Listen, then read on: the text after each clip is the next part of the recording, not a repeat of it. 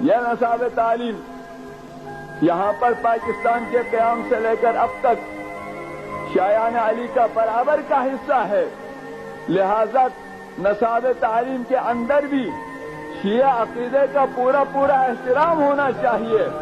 حتی اقل یہ تو ہو کہ شیعہ بچوں کو کوئی اور عقیدہ نہ پڑھایا جائے، کوئی اور پڑھتا ہے بے شک پڑھے، ہمارا کسی اور کے عقیدے پر کوئی اعتراض و بحث نہیں ہے، بات یہ ہے کہ ہمارے بچوں کو وہ بات کیوں پڑھائی جا رہی ہے جو ہمارے نزدیک صحیح نہیں، جو ہمارے نزدیک غلط ہے۔ برادران، ہماری شاید اس میں اپنی کمزوری بھی ہے، زیادہ رواداری، امن پسندی، بھائی چارہ، دوستی وغیرہ وغیرہ وغیرہ، یہ چیزیں ہمارے لیے رکاوٹ بن رہی ہیں۔ ہر چیز کی اپنی ایک حد ہوتی ہے۔ حیرت یہ ہے کہ یہ نصاب کا مسئلہ جو ہے جا کر ایک ذات کے ساتھ مخصوص ہو گیا، اور اس کی وجہ سے حکومت کے اندر بھی یہ سوچ پیدا ہونے لگی کہ یہ ایک بندہ واویلا کیوں کرتا ہے نصاب کے متعلق؟ پاکستان میں اتنے سارے علماء ہیں، وہ سب خاموش کیوں ہیں؟ یہاں تک کہ بندہ کے بارے میں یہ فکر بھی بنائی جانے لگی کہ یہ شاید کسی غیر ملکی ایجنٹ کا کام کر رہا ہے، کسی اور کے اشارے پہ چل رہا ہے۔ اگر یہ سارے شیعوں کا مسئلہ ہوتا تو پاکستان بھر کے علماء اس کے بارے میں کوئی آواز اٹھاتے، لیکن الحمدللہ کہ قائد محترم نے اس حوالے سے جب قائد محترم کو یہ باتیں عرض کی، بتا دی، تو انہوں نے اپنی بساط پر کوششیں کی، صدر محترم سے لے کر نیچے تک ان کو خطوط کے ذریعے ملاقاتوں میں وغیرہ میں اپنی تشویش سے آگاہ کیا، لیکن اب تک کوئی نتیجہ، خاطر خواہ نتیجہ نہیں نکل سکا ہے۔ اور اس کے برخلاف پچھلے دنوں کی بات ہے کہ آپ نے بھی شاید اخبار میں پڑھا ہو کہ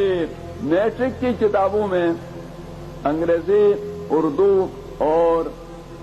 مطالعہ پاکستان میں کچھ باتیں ایسی آ گئیں، نوائے وقت اخبار میں یہ چیزیں تھیں کہ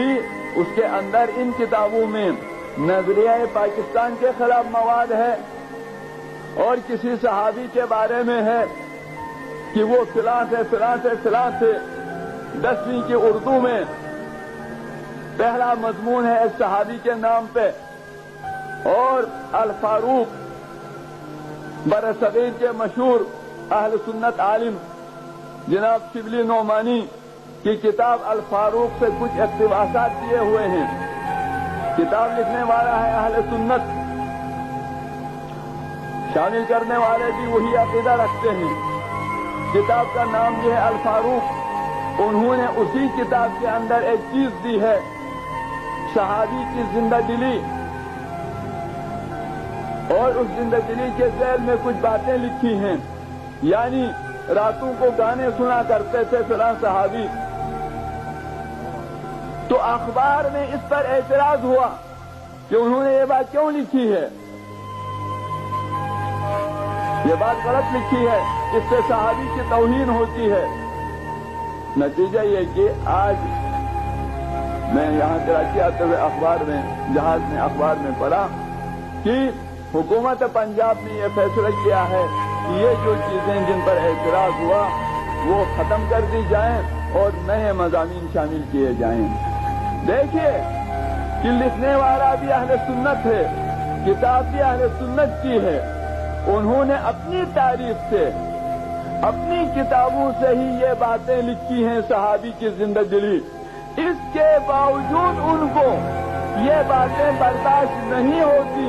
اعتراض ہوتا ہے، تو ہم کیوں نہ اعتراض کریں؟ ہمارے تو عقیدے کے خلاف مواد ہمارے بچوں کو پڑھایا جاتا ہے، ہماری تاریخ بگاڑنے کی کوشش ہوتی ہے۔ چنانچہ ایک دفعہ سیکرٹری تعلیم سے اسلام آباد میں ملاقات ہوئی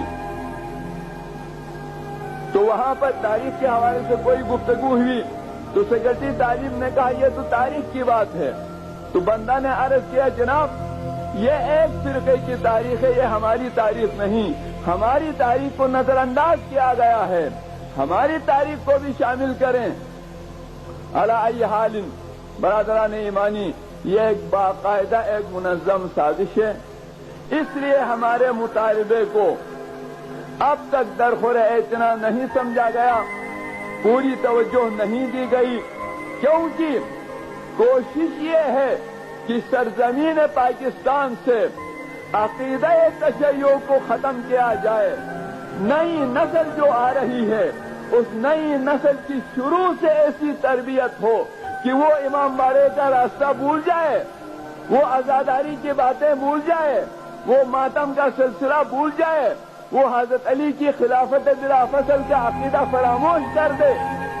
تو اگر خدا نخواستہ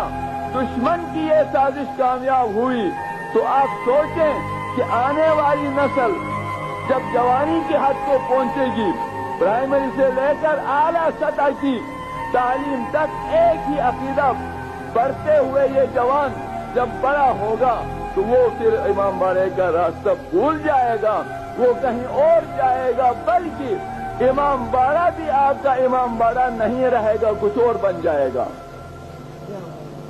یہ آپ سوچنے کی بات ہے۔ دشمن کا مقصد یہ ہے، دشمن کی سازش یہ ہے، اس لیے تو